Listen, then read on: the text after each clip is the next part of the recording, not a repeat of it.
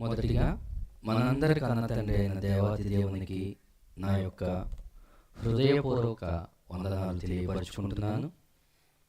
అదేవిధంగా మన యొక్క సభలకు ముఖ్య వాక్యోపదేశకులుగా మన మధ్యలోనికి వచ్చినటువంటి సిబిటి ప్రొద్దుటూరు ప్రిన్సిపాల్ గారు అయినటువంటి జాకోబ్ గారికి నా యొక్క హృదయపూర్వక వందనాలు తెలియపరచుకుంటూ, వేదికను అలంకరించినటువంటి దైవ సేవకులకు, సువార్థికులకు, మరి వేదిక దిగువన ఉన్నటువంటి సహోదరులందరికీ కూడా మన రక్షకుడైన యేసుక్రీస్తు వారి ప్రశస్తమైన నామంలో శుభములు తెలుపుకుంటున్నాను. ప్రియులారా, కొన్ని మాటలు దేవుని యొక్క గ్రంథంలో నుండి మనం ఆలోచన చేద్దాం.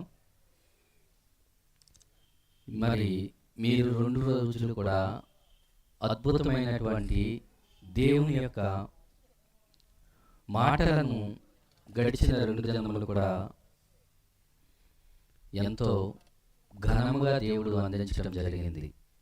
ప్రియులారా, ఈ కడవరి దినములలో ఎంత ఖర్చుతో, ప్రయాసతో ఇటువంటి సభలు పెట్టాలని అనుకుంటే పెట్టాలి. ప్రియులారా, పెట్టడానికి దేవుడు మనందరినీ కూడా నిలబెట్టుకుంటున్నాడు. ఇంకా మనము బలము కలిగి, ఆయుష్ కలిగి, ఆరోగ్యము కలిగి దేవుడు మన బ్రతుకు దినములను పెంచుతున్నాడు అంటే దేవుని యొక్క కార్యములను మనము జరిగిస్తామని, దేవుడు పడినటువంటి కష్టాన్ని ప్రపంచానికి తెలియపరుస్తామని.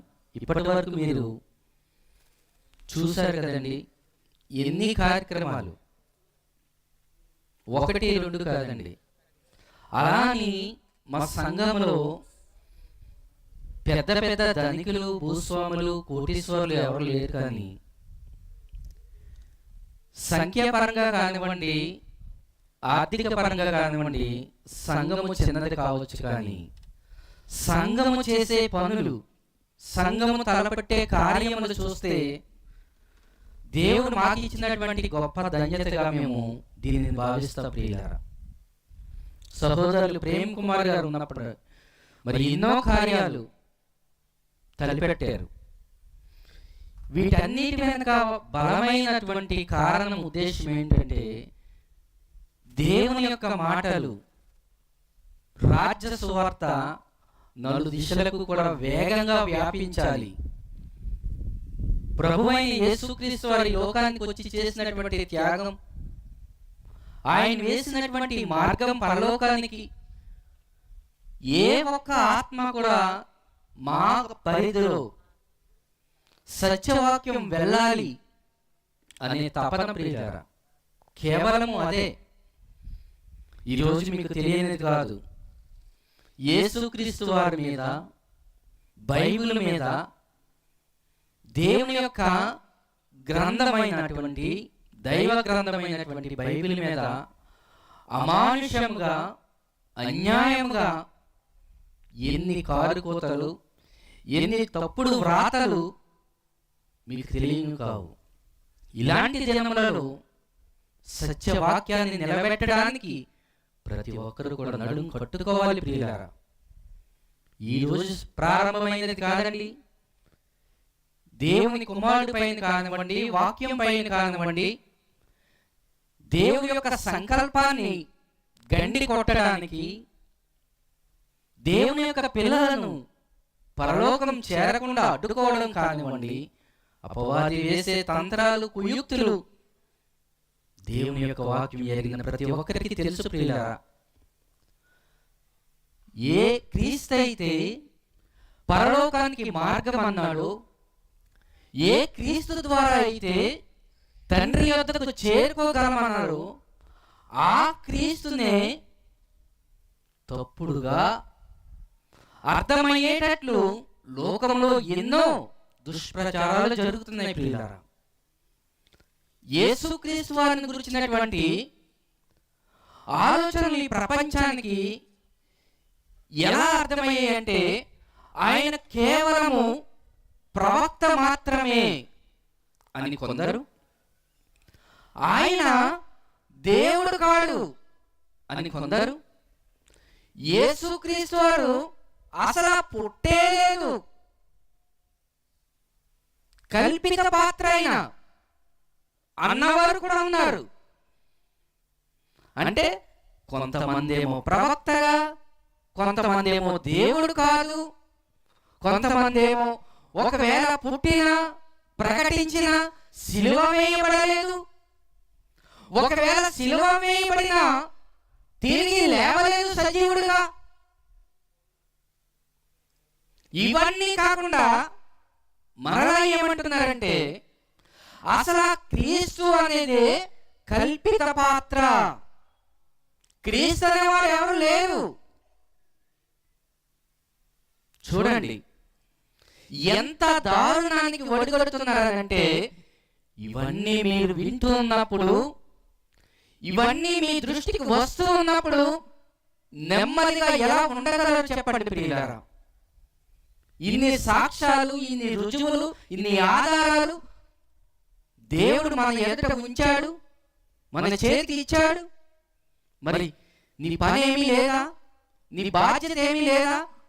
కేవలం బాప్తిస్మం తీసుకొని ప్రభువును నమ్ముకొని ప్రార్థన చేసుకుని గుడికి వెళ్ళి కానుక వేసి ఇంటికి వచ్చి నీ పనులు చూసుకుంటే సరిపోయిందా? మన పనులు చూసుకుంటే సరిపోయిందా? ఈరోజు మన అంశం ఏంటండి? నరులను నిత్యాగ్ని నుండి తప్పించుటకై నరరూపమెత్తిన దైవం. దైవమే నరరూపమెత్తి తను తాను తగ్గించుకొని రిక్తునిగా చేసుకొని ఏమీ లేనివాడిగా దాసుని స్వరూపము ధరించుకొని, మనుషుడంటే ఏదో అంతఃపురంలో రాజుగా కూడా పుట్టలేదైనా,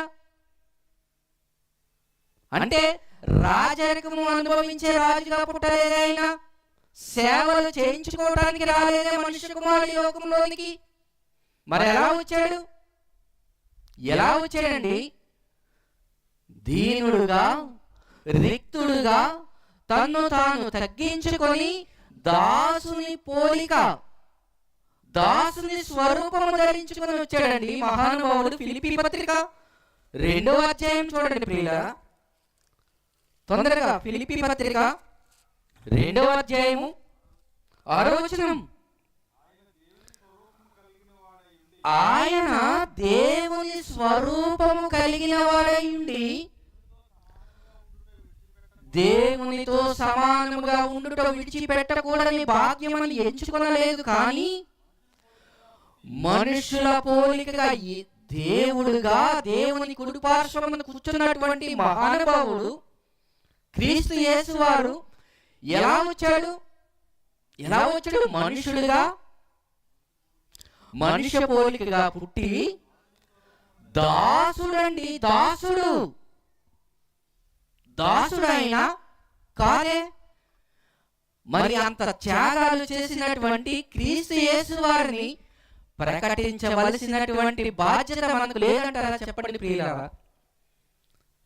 యేసుక్రీస్తు దేవుడు కాదని, ప్రవక్తని, అసలు పుట్టనే లేదని, సిలువ వేయబడలేదని, వేసినా తిరిగి లేవలేదని, ఇంతవరకు ఇవన్నీ కూడా క్రీస్తులోనికి రాని వారికి అర్థమైనటువంటి అపార్థాలు ఇవి.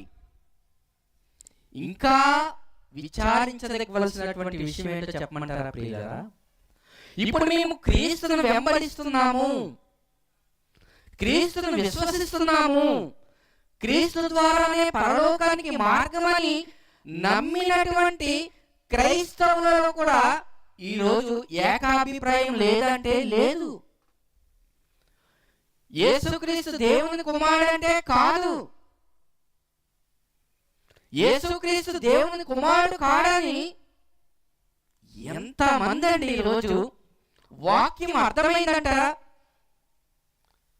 అసలు దేవుడు ఏమి చెబుతున్నాడు? దేవుడు మనకి ఏమి వ్రాయించాడు? దేవుని యొక్క సంకల్పంలో క్రీస్తు వారు ఏమై ఉన్నారు? ఎన్ని విషయాలు దేవుడు వ్రాయించినా, ప్రవక్తల నోట పలికించినా అర్థము కాని పరిస్థితిలో నేటి సమాజం ఉండిపోతే జరిగే భయంకరమైన పరిస్థితులు, ప్రమాదం అర్థం కావట్లేదు ప్రియులారా.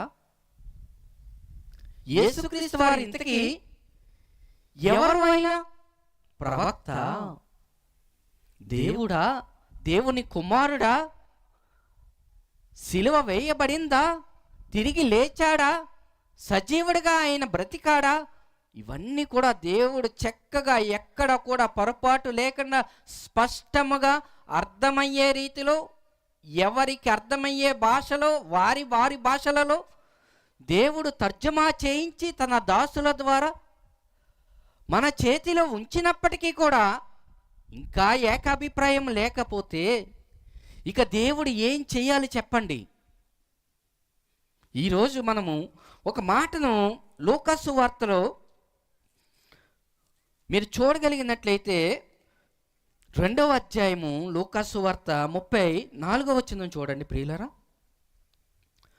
లూకాసు వార్త 2వ అధ్యాయము 34వ వచనం చూడండి ప్రియులారా. సుమయోను వారిని దీవించి, ఇదిగో అనేక హృదయాలోచనలు బయలుపడినట్లు ఇశ్రాయేలులో అనేకులు పడుటకును తిరిగి లేచుటకును వివాదాస్పదమైన గుర్తుగా యేసుక్రీస్తు వారు నియమింపబడి ఉన్నారంట. అనేకులు పడుటకును. ఏమంటున్నాడండి? అనేకులు పడుటక. పడిపోతున్నారా?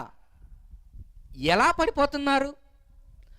ఎలా పడిపోతున్నారంటే యేసుక్రీస్తు వారు ఎవరో తెలియక, ఆయన దేవుడు కుమారుడు కాడనుకొని అనేక మంది ఆ రోజు ఆయన్ని పగబట్టి యేసుక్రీస్తు వారిని సిలువ వేసి చంపడానికి ప్రధానమైన సాక్ష్యం ఏంటండి? ప్రధాన యాజకులకు దొరికింది ఆ రోజు. చివరిగా ఇటువంటి అబద్ధ సాక్ష్యాలు నిలబడకపోవటంతో చివరిగా ప్రధాన యాజకుడు అడిగినటువంటి ఒకే ఒక్క ప్రశ్న ఏంటంటే, నీవు దేవుని కుమారుడువా? అయితే మాతో చెప్పు అనగానే ప్రభువేమన్నాడు? అవును, నేను దేవుని కుమారుడనే. ఇక మనకు సాక్షులతో పని ఏముంది? సిలువ వేయండి, చంపండి. ఏంటి దేవుడు కుమారుడు అంటే చంపేస్తారా? చంపేస్తారండి దేవుడు కుమారుడు అంటే? అవునండి, ఆ రోజు అర్థమైంది అదే. ఆనాటి సమాజానికి పౌలు గారు మీకు తెలుసు, సౌలుగా ఉన్నప్పుడు ఆయన సంఘాన్ని పెట్టినటువంటి హింస, అనేకులను ఈడ్చుకుని వచ్చి చంపటం కానివ్వండి, సంఘాన్ని అపరిమితంగా హింసించినటువంటి సంఘటనలు మీరు జ్ఞాపకం చేసుకుంటే దానిలో ప్రధానమైన ఉద్దేశం ఏంటంటే యేసుక్రీస్తు దేవుడు కాడు, దేవుని కుమారుడు కాడు. అదేనండి ఆయన యొక్క ధ్యేయం. కానీ ఇక్కడ దేవుడు వ్రాయించినటువంటి మాట చూడండి, అనేకులు పడుటకును. అనేకులు పడుటకును. ఎందుకు పడ్డారు అనంటే యేసుక్రీస్తు వారు దేవుడు కుమారుడు కాడు. అదండి వారికి అర్థమైంది. కానీ యేసుక్రీస్తు వారు అపోస్తలుడైన పౌలు గారికి దర్శనమిచ్చిన తర్వాత ఆయన పలుకుతున్నటువంటి ఒక మాట మీరు చూస్తే ఆశ్చర్యపోతారు ప్రియులరా. ఒకసారి అపోస్తల కార్యములు 9వ అధ్యాయము చూడండి ప్రియులరా, చదవండి.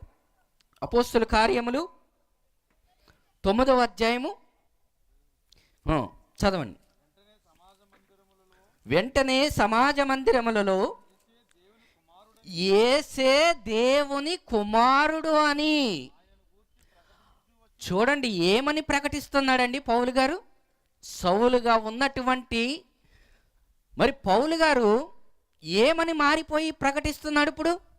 సౌలుగా సంఘాన్ని హింసించాడు, స్టెఫను మరి మరణానికి సమ్మతించాడు, భయంకరంగా రాళ్లతో కొట్టి చంపబడుతుంటే ఆనందించినటువంటి మత విద్వేషకుడు ఎవరనంటే సౌలు గారు.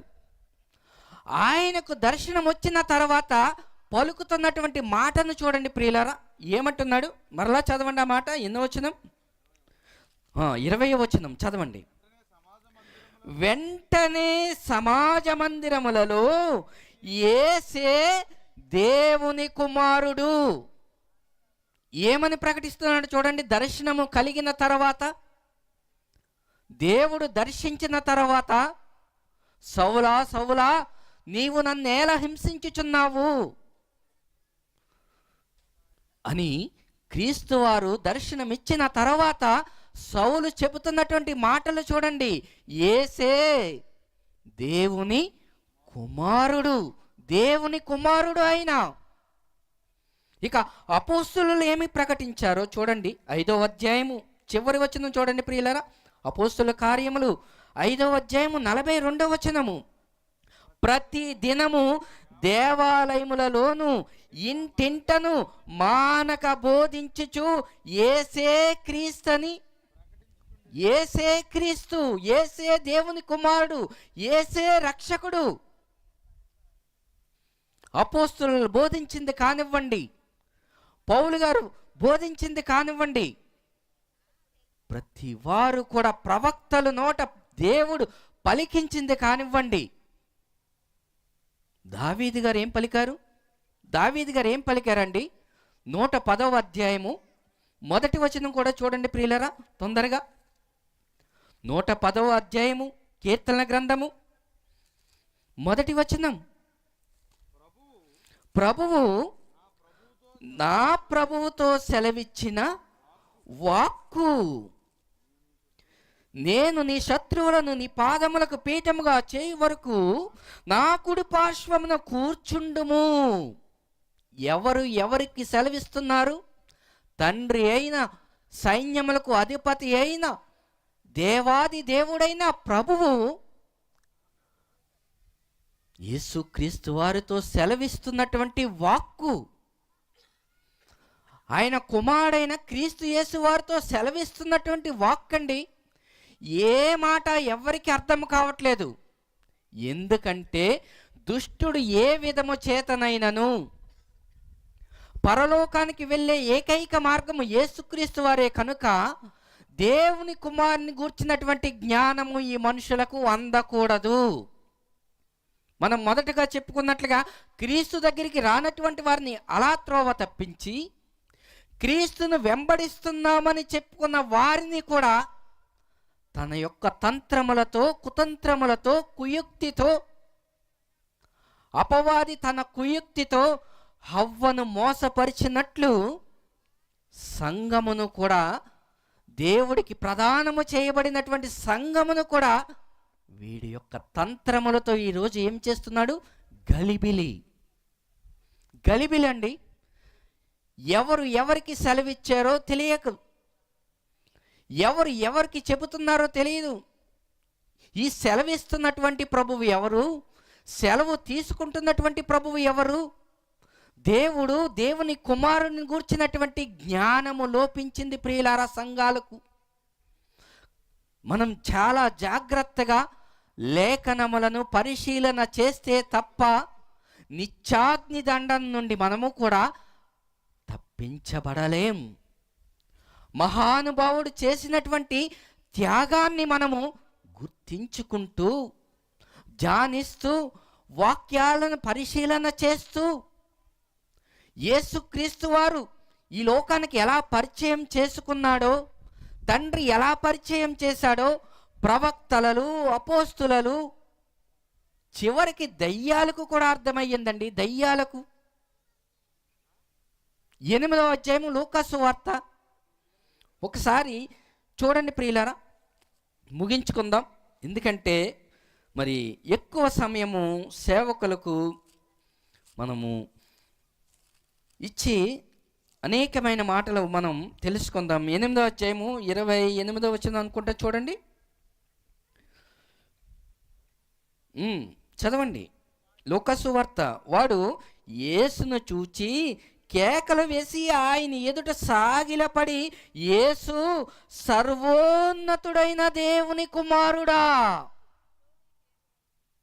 ఏమంటుందండి? ఏమంటున్నాడు?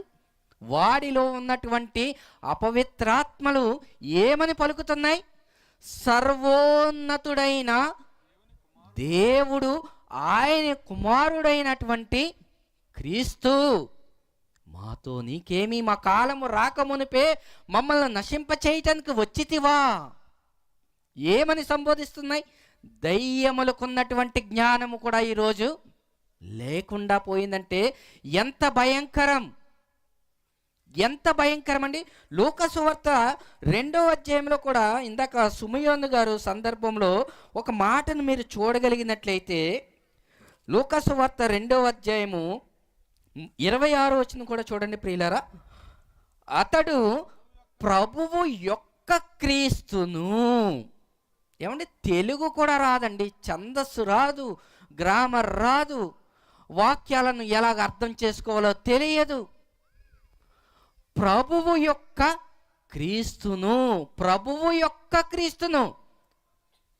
అక్కడ పెద్ద లెటర్స్లో రాశారు చూడండి, ప్రభువు. మీ బైబిల్లో ఉందండి? మీ బైబిల్లో ఉందా? ప్రభువు అన్న దగ్గర పెద్ద లెటర్స్ ఇచ్చారు చూడండి. ఆ పెద్ద లెటర్స్ ఎవరిని సూచిస్తున్నాయి అని అంటే, తండ్రి అయిన దేవునిని. అపోస్తలుల కార్యాలు 2వ అధ్యాయంలో కూడా మీరు చూడగలరు. తండ్రి అయిన దేవునికి ప్రభువు అని చెప్పేటప్పుడు పెద్ద అక్షరాలతో రాశారు.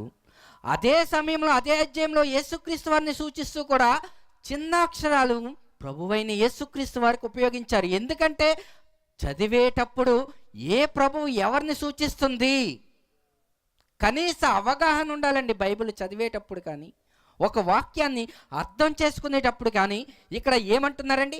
మీ యొక్క ఇల్లు, మీ యొక్క వాహనము, మీ యొక్క ఫోను అంటే ఎప్పుడవుతుంది? అది మీది అనుకున్నప్పుడు అవుతుంది.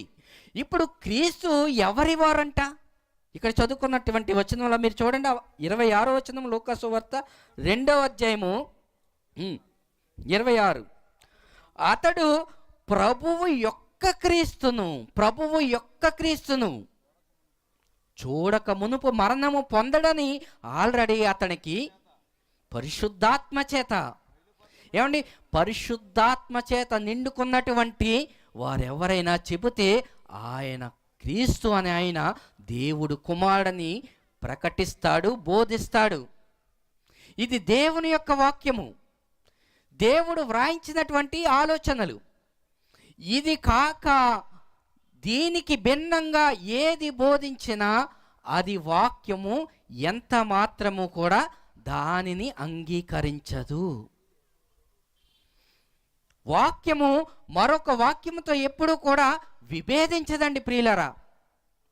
అటు మోషే గారు వ్రాసిన, ఇటు దావీదు గారు వ్రాసిన, ఇటు యెషయా గారు రాసిన, ఇటు అపోస్తలులు చెప్పిన, పౌలు గారు చెప్పిన, ప్రవక్తల నోట పలికించిన, దేవుడు మాట్లాడిన, దేవుడు కూడా ఏమని మాట్లాడాడు? ఇదిగో ఈయనే నా ప్రియ కుమారుడు. దేవుడి మాట. యేసుక్రీస్తు వారు, ఆయన నా తండ్రి, నా తండ్రి నాకంటే గొప్పవాడు, నేను నా తండ్రి యొద్ద నేర్చుకున్నవి చూసినవే నేను చేయుచున్నాను తప్ప నేను చేయుచున్న బోధ నాది కాదు.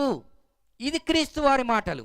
అటు తండ్రి మాటలు కానీ, ఇటు క్రీస్తు మాటలు కానీ, అటు అపోస్తుల మాటలు కానీ, ఇటు ప్రవక్తల మాటలు కానీ, అటు మోషే గారు రాసిన, యెషయా గారు రాసిన, దానియేలు గారు రాసిన, ఎవరు వ్రాసినా ఎక్కడ చూసినా ఆది కాండము నుండి ప్రకటన గ్రంథము వరకు ఎక్కడ చూసినా దేవుని కుమారుడైనటువంటి క్రీస్తు వారు. చివరగా ఒక మాటను మనం చూసుకొని ముగించుకుందాం ప్రియులారా. ఒక మాటను ఎఫెసీ పత్రిక 4వ అధ్యాయము 12వ వచనం చూడండి ప్రియులారా. ఎందుకంటే ఈ విషయాలు మనం ఎందుకు ఇంత అవసరము నేర్చుకోవటం అని అంటే, యేసు క్రీస్తు వారిని గూర్చినటువంటి జ్ఞానము లోపించినా కూడా యేసు క్రీస్తు వారిని కుమారుడుగా ఒప్పుకొని తండ్రి అయిన దేవుణ్ణి తండ్రి అయిన దేవునిగా ఒప్పుకుంటేనే వాడికి నిత్య జీవం. అది తెలుసు ఎవరికి? అపవాదికి. సాధ్యమైతే ఏర్పరచబడిన వారిని సహితము కూడా వాడు మోసపుచ్చుతాడు, వెనక్కి లాగుతాడు, వాడి వెంట వీడ్చుకొని పోతాడండి. ఏర్పరచబడిన వారిని సహితం అంటే ఎంత జాగ్రత్తగా ఉండాలో చూడండి. దేవుని వారు చూడండి, ఎఫెసీ పత్రిక 4వ అధ్యాయము మనమందరము విశ్వాస విషయములోను దేవుని కుమారుని గూర్చినటువంటి జ్ఞాన విషయములోను ఏకత్వము పొంది సంపూర్ణ పురుషులము ఎప్పుడవుతామనుకున్నారు? దేవుని కుమారుని గూర్చినటువంటి జ్ఞానం విషయంలో మనము ఏకత్వం పొందాలి. యేసుక్రీస్తు వారిని దేవుడు ఈ లోకానికి పంపించాడు. ఆయన ద్వారానే మనకి విడుదల, పాప విమోచన, పరలోకానికి మార్గము ఆయనేనండి. ఆయన ద్వారానే. కనుక ఇప్పుడు మనుష్య కుమారుడైనటువంటి దేవుని కుమారుడైనటువంటి క్రీస్తు యేసు వారిని గూర్చినటువంటి జ్ఞానం మనం సంపాదించాలి. ఆ జ్ఞానం ఎవరో కాదండి, క్రీస్తు యేసు వారే. ప్రియ దేవుని వారలారా, యోహాను సువార్త చివరిగా ఈ మాటను చూసుకొని ముగించేసుకుందాం. 17వ అధ్యాయము, యోహాను సువార్త 17వ అధ్యాయము చూడండి ప్రియులారా. 13వ వచనం అనుకుంటాను, చూడండి.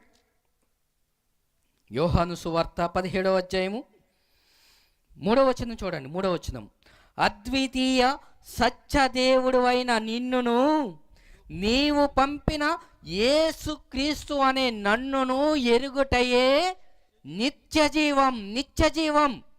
నరులను నిత్యాగ్ని నుండి తప్పించటానికి మహానుభావుడు శరీరాన్ని ధరించుకొని శరీరధారిగా, పాపము లేనివాడిగా, పాపము చేయనివాడిగా, పాపులలో చేరక నిర్దోషిగా, నిష్కలంకుడుగా జీవించినటువంటి ఆ ప్రభువైన యేసుక్రీస్తు వారి త్యాగాన్ని స్మరించుకుంటూ, తండ్రి అయిన దేవుని ప్రేమను మనం తెలుసుకుంటూ ఏమంటున్నాడు చూడండి. ఇప్పుడు 3వ వచనం అండి.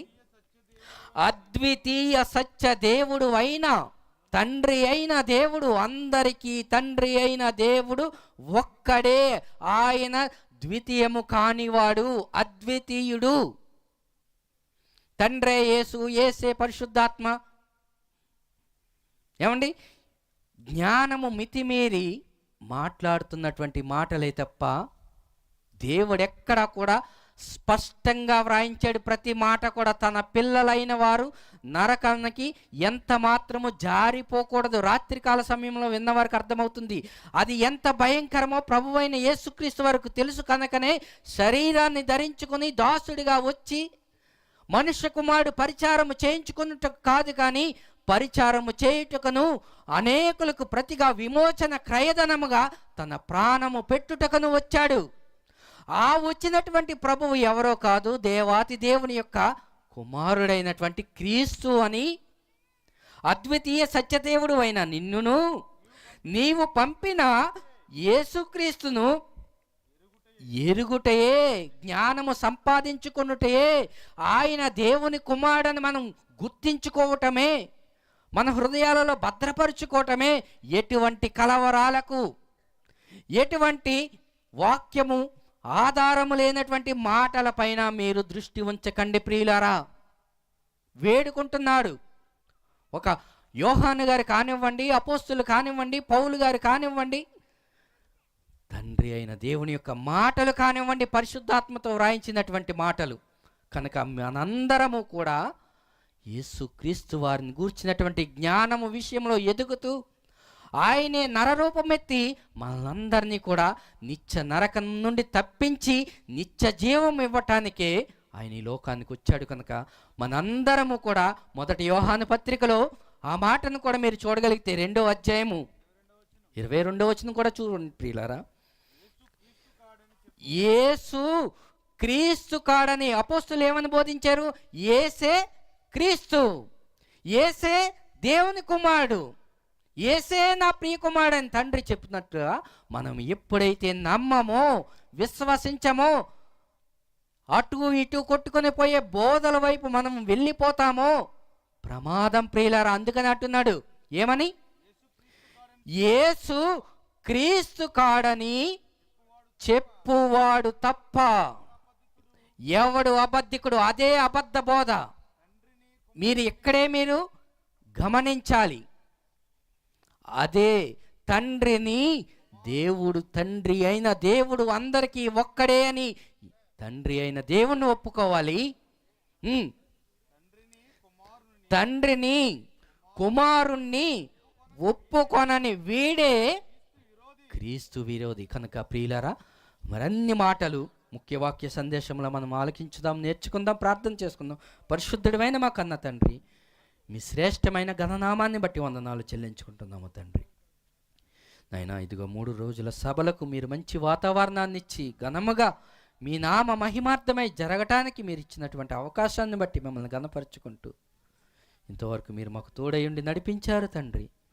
నాయనా, మీ కుమారులు నిలవబడి మాట్లాడుతూ ఉండగా సమయోచితమైన జ్ఞానాన్ని కుమారులకు అనుగ్రహించి వినివారికి మేలు కలుగునట్లుగా మా మాటలు నాయనా ఉండుటకు సహాయం అనుగ్రహించమని మా ప్రభువైన యేసుక్రీస్తు వారి పవిత్రమైన నామంలో ఈ ప్రార్థన అడిగి వేడుకుంటున్నాను మా పరమ తండ్రి. Amen, amen. అందరికీ వందనాలండి.